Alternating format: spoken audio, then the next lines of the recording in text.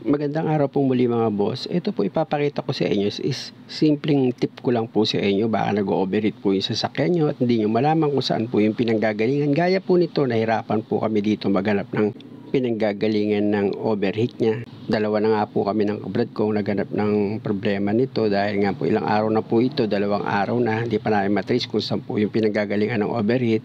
Check namin tong ilalim ng radiator kung may tagas, tong mga hose. Okay naman po siya. 100 meter lang o kaya i-revolution mo lang po siya, overheat po ito agad. Pumasok na sa isip ko yung cylinder gasket o kaya thermostat na ano na po namin yun. Okay naman po, wala din puro ng problema. Ito nga iniisip ko, maaaring may leak dito sa lower hose niya, pero nung pinatuyo po namin, hinanginan namin, wala po kaming nakitang leak. Nag-drain na rin po kami at nilagyan na po namin ng coolant. Okay na po siya lahat. Tapos yung water pump niya, okay din po.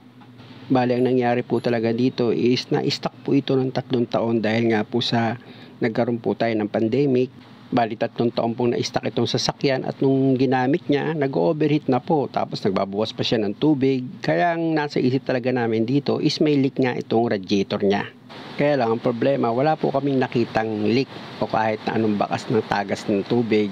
At inisa-isa po namin yung radiator hose, taas sa baba, wala rin po. Sa radiator mismo, wala din. Kapag kasi nakamirror po siya, hindi po siya agad-agad mag-overheat. Pag umandar na po yung sasakyan, doon mabilis po siya mag-overheat. Sasampa po ako mga boss sasakyan para makita nyo po, i-revolution ko po ito. Para magkaroon po kayo ng idea kung paano po siya mag-overheat pag nire-revolution ko. Tingnan nyo, baka kaparesto kasi ng problema ng sasakyan nyo, pwede kayo magkaroon ng idea. At kung mapapansin nyo, dahan-dahan na po siya umaangat at lumalagpas na po siya sa kalahati. Senyales po na overheat na po yan. Kaya ko po ni-revolution itong sasakyan kasi kaninang naka-idling siya, pinsil ko yung lower hose. Kung nakita nyo kanina, pinsil ko yung lower hose niya, malambot po, pero naka-idling po yon. Ngayon, check upin natin na kung may pressure siya, kung malambot pa rin or matigas na.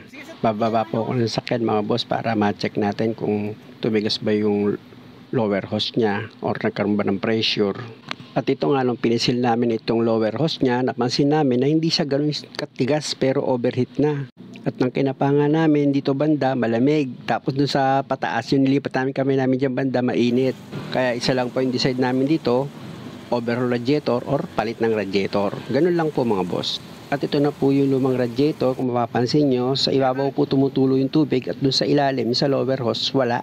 Marado na po yan, kaya ganyan. At dahil nga po naikabit na po yung bagong radiator, tetestingin naman po natin ngayon kung mag-overheat pa siya. I-revolution ko po ulit yan mga boss, Sasampa po ulit ako at kung makita nyo naman, tinapakan ko pa accelerator para makita nga po natin kung talagang hindi na po ba siya mag-overheat at radiator nga ba talaga ang naging reason kaya nagkaroon siya ng overheat na ganun kabilis.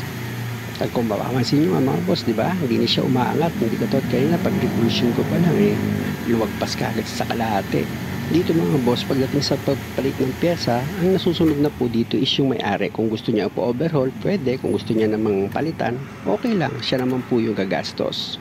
Hindi rin agad pumasok sa isip namin na barado itong radiator dahil nga sa nang tinanggal namin yung drain plug, okay naman po yung tulo niya at nilagyan pa nga po namin ito ng bagong coolant. Ganun pa man, maraming salamat sa Diyos kasi nakita po namin yung sira at inabot mo ng 2 araw, at least kahit papano na-trace yung sira na hindi gumastos ng malaki yung customer. Muli po, maraming salamat sa panonood. Sana po nakakuha po kayo ng idea at kung maaari, huwag niyo naman po sana kalimutang mag-subscribe sa channel ko. Pakipindot na rin po yung notification bell para lagi po kayong updated sa bawat video na ginagawa ko. Salamat!